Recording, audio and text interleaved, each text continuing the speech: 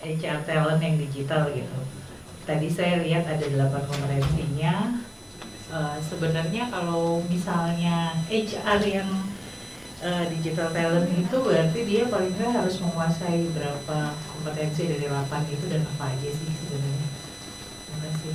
Untuk menjawab pertanyaan Bu Monika, jadi kalau kalau Ibu juga mencoba untuk memikirkan sebenarnya dalam dunia digital itu dalam perusahaan digital HR dengan kompetensi apa khusus untuk 8 gitu kan jadinya.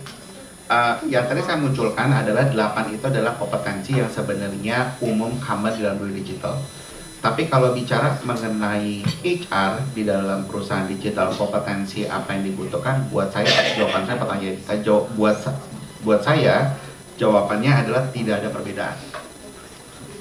Saya hampir 15 tahun dalam dunia finance, kemudian setahun dalam dunia industri pabrik, kemudian masuk ke dalam digital. Saya merasa apakah ada perbedaan? Jawabannya adalah tidak.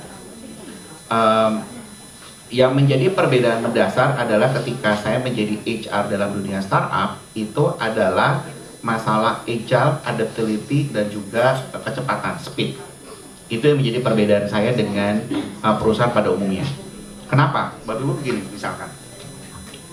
Seperti saya katakan tadi kan, dunia teknologi itu bergerak lebih cepat. Kalau misalkan Bapak Ibu bekerja dalam perusahaan-perusahaan yang udah company dan segala macam, Bapak Ibu kalau bikin satu proposal, berapa lama proposal itu disetujui? Kalau di banking itu minimal 2 bulan. Minimal 2 bulan. Jadi kenapa saya akhirnya saya baru menikmati perusahaan company konvensional adalah ketika saya membuat sebuah proposal, setelah saya selesai, saya ngopi-ngopi dulu. Karena apa? Karena baru minggu depan saya baru bisa ketemu direksi untuk presentasi di dalam rapat direksi. Syukur-syukur kalau rapat direksinya itu disetujuin. Kenyataannya kan tidak, ya kan? Balik lagi dong. Revisi, kabarnya ketemu minggu depan. Nah, di dalam dunia digital, hari ini bicara mengenai sebuah permasalahan dan kami memberikan solusi. Kapan sejalanin? Kemarin. Pertanyaannya kenapa masalah itu muncul? Kenapa kamu nggak dapet?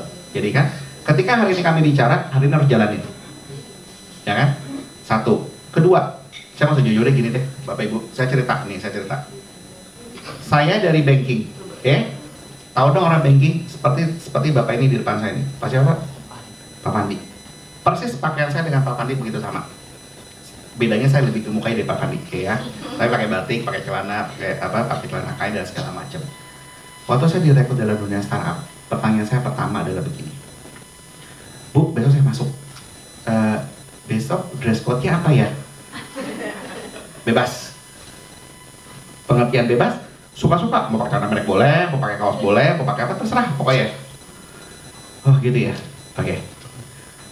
Masuk jam berapa Bu? Jam kerja. Suka-suka.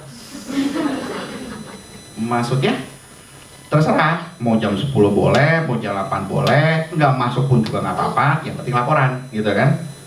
Gitu ya? Iya. Sebagai orang banking yang sangat comply, dijawab kayak begitu bingung dong. Ya sudahlah, akhirnya saya hari pertama datang pakai kaos dan pakai celana jeans dan sepatu sport.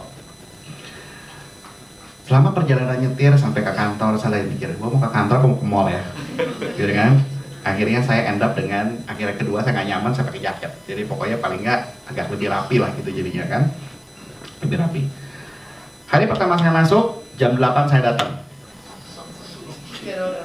Ada cleaning service. Cleaning service 2 jam tidak ada satu orang pun yang muncul. Ada yang muncul di tempat kami ada semacam koridor di itu ada beberapa orang tidur di sana di pangkuannya laptop. Jadi saya nggak tahu berapa lama udah nggak pulang gitu jadi jangan. Pokoknya ada beberapa orang di sana gitu kan. Akhirnya saya pikir gila nih perusahaan kayak begini ya, sadis beneran. Nah, satu. Akhirnya saya adjust diri saya, akhirnya saya baru ngerti bahwa oh ternyata kalau mereka tuh datang jam 9 tuh baru mulai masuk. Jam setengah 11 baru rame. Jadi itu baru full workingnya gitu kan jadinya.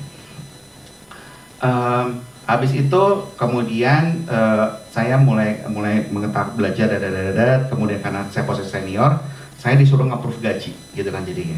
Singkat cerita saya mau ngomong gini, Dos. Bapak Ibu, saya datang dalam perusahaan yang begitu comply ya dengan sisi risk dan segala macam, masuk ke dalam dunia startup yang nggak ada aturan main segala macam, apa nggak gila? Bikin proposal hari ini mau usah rapi-rapi, pokoknya bikin aja standar 2-3 halaman, ngomong sama mereka setuju langsung jalan hari ini. Gak semua orang bisa kerja dalam startup.